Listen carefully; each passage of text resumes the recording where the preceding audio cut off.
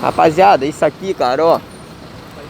Ó, permitido é nosso mesmo, cara. Se a gente não fizer na moralzinha, parar, sempre respeitando o espaço pra não arrebentar a moto do outro amigo. O cara muitas vezes na pressa para de qualquer jeito, tem um espaço, o cara para de qualquer jeito, não olha se o descanso dele tá legal. O descanso dele deita a moto em cima da moto do cara, arrebenta a seta, outra hora arrebenta retrovisor. Aí dá um prejuízo pro amigo e muitas vezes o prejuízo pode ficar em você, mano. Porque você plantou, você vai colher a qualquer momento. Pode jogar aqui, mano. Não, pode jogar aqui, eu tô de passagem. Tava só verificando os endereços aqui. Não, dá pra todo mundo parar de boa, filhão. Chegou, tá lotado, vai ter mais uns 20 aqui no centro do Rio. É só rodar, mano. E pra parar sempre com segurança.